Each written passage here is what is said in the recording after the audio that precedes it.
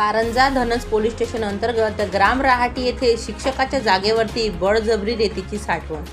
नमस्कार, मी Bhagyashree. Maharashtra news 24 live मध्ये आपले स्वागत करते. कारंजा तालुक्यातील धनस पोलीस स्टेशन अंतर्गत येणारे ग्राम रहाटी येथे शिक्षकाच्या राहत्या घराच्या जागेवरती बळजबरीने रेतीची साठवण करून ठेवलेली आहे. सदर शिक्षकाचे नाव श्री ताराचंद तुकाराम लोणार, वय 72. त्यांचे नोकरीपेशा शिक्षक. सध्या स्थितीत ते रिटायर असून रहाटी येथे त्यांचे राहते घर आहे. सध्या स्थितीत हे घर पडक्या अवस्थेतही असून त्यांची घराची काही जागा खालीच आहे आणि याच खाली जागेमध्ये पुढील सदर व्यक्तीने रघुनाथ तायडे, वय 55 वर्ष, धंदा शेती हा असून या व्यक्तीने जून महिन्यांपासून रेती तेथे बळजबरीने साठवण करून ठेवलेली आहे. सदर श्री ताराचंद लोणारे यांनी विचारणा केली असता पुढील व्यक्तींनी त्यांच्यावर सळई उचलली आणि त्यांना शिवीगाळही केली. ती सळई म्हणजेच सब्बल त्यांच्यावर टाकणारच तेवढ्यात त्यांच्या मजुराने तो अडवला, अशी तक्रार माहिती श्री ताराचंद लोणारे सर यांनी दिली. चला तर मग बघूया की सविस्तर वृत्त काय आहे आणि यांची तक्रार काय व यांच्यासोबत काय घडले. तत्पूर्वी आमच्या यूट्यूब चॅनलला सबस्क्राईब जरूर करा.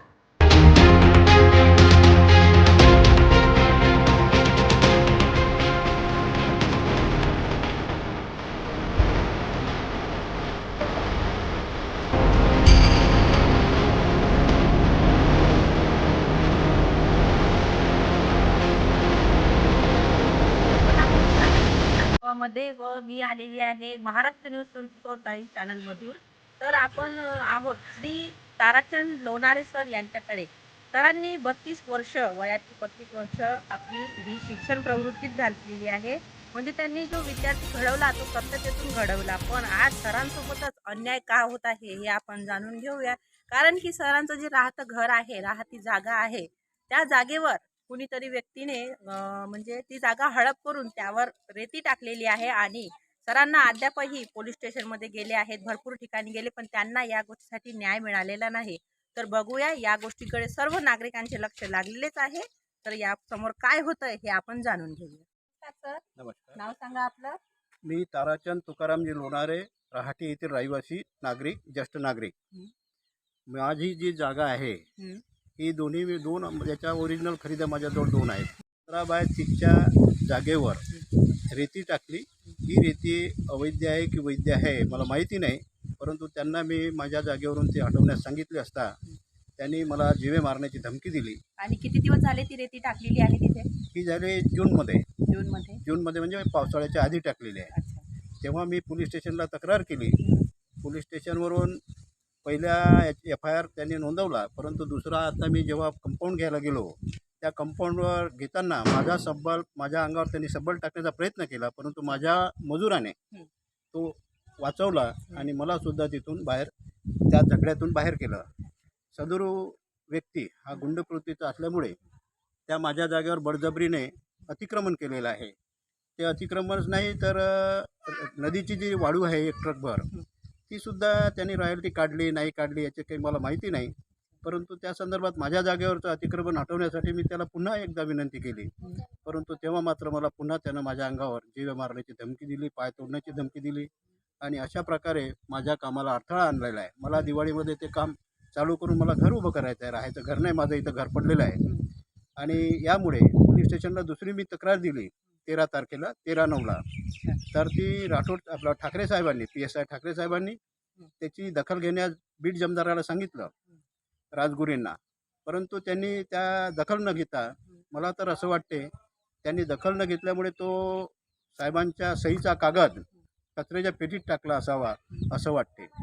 तर मग सर, तुम्ही जे आजपर्यंत हे पाठपुरावे सादर केले, त्यानंतर तुम्ही पोलीस स्टेशनपर्यंतही गेलात, तर तुम्ही ग्रामपंचायतीत सुद्धा हा मुद्दा मांडलेला होता. तर ग्रामपंचायतीचे काय म्हणणे आहे? ग्रामपंचायतला मी माझ्या जागेचे संपूर्ण ओरिजिनल डॉक्युमेंट खरेदीचे हे दिलेत. त्याच्यानंतर त्यांनी एका ग्रामपंचायत सदस्याने त्याच्यावर ऑब्जेक्शन घेतलं आणि ऑब्जेक्शन घेतल्याबरोबर त्यांनी दुसऱ्या दिवशी सदर रघुनाथ तायडेंनी माझ्या जागेवर अतिक्रमण केलं आणि तेव्हापासून ही वाद चालू आहे. आणि एवढंच नाही तर ग्रामपंचायतला सुद्धा मी जेव्हा लेखी दिलं, तर लेखी दिल्यामुळे या तक्रारीमुळे ते 8 देण्यास थांबलेले आहेत. ग्रामपंचायतीचा तसा ठरावसुद्धा घेतलेला आहे की यांची जागा यांना तो 8 देण्यात यावा, परंतु ऑब्जेक्शनमुळे ते काम रोखलेलं आहे.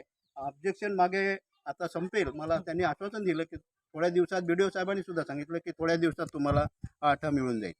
तर मग सर, या गोष्टीचं तुम्हाला काय निवारण पाहिजे आणि तुमची जी समस्या आहे ती तुम्ही इथे तिथे समजा मांडलेली आहे, त्यानंतर त्या गोष्टींचा सर्व तुमच्याकडे पाठपुरावा आहे का? हो, पहिल्यांदा मी माझ्या जागेच्या संदर्भात हं, यांनी 8 मला मागण्याचे प्रयत्न केले हं, आणि त्या 8 करता मी ग्रामपंचायतला लेखी स्वरूपात तक्रार केलेली आहे आणि BDO साहेबांना सुद्धा त्याचं लेखी पत्र केलेलं आहे. BDO साहेबांनी मला 3-4 महिन्यामध्ये तुम्हाला 8 मिळेल अशी थोडीशी शाब्दिक माझे सांत्वन केलं.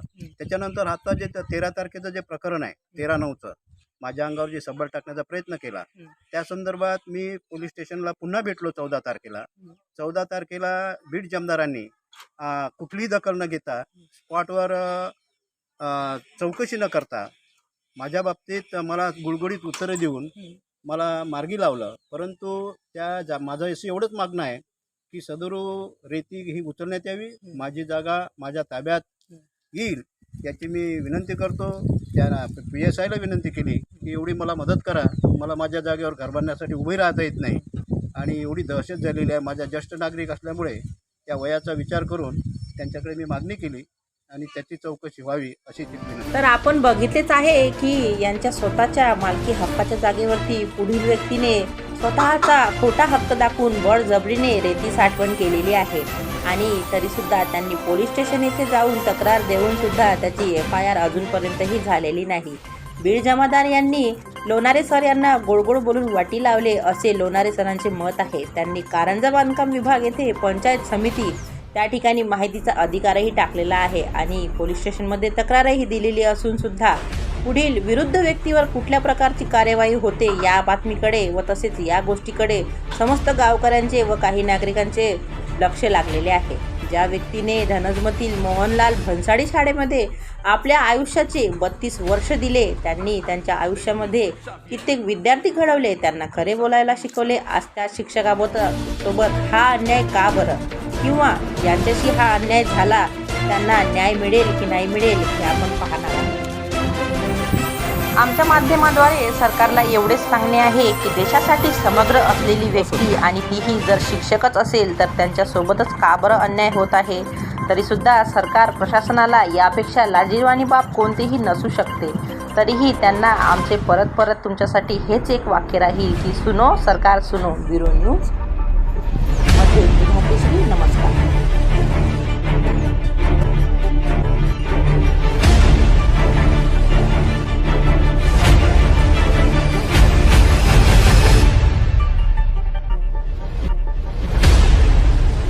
Denis Xavier, o designer dos artistas.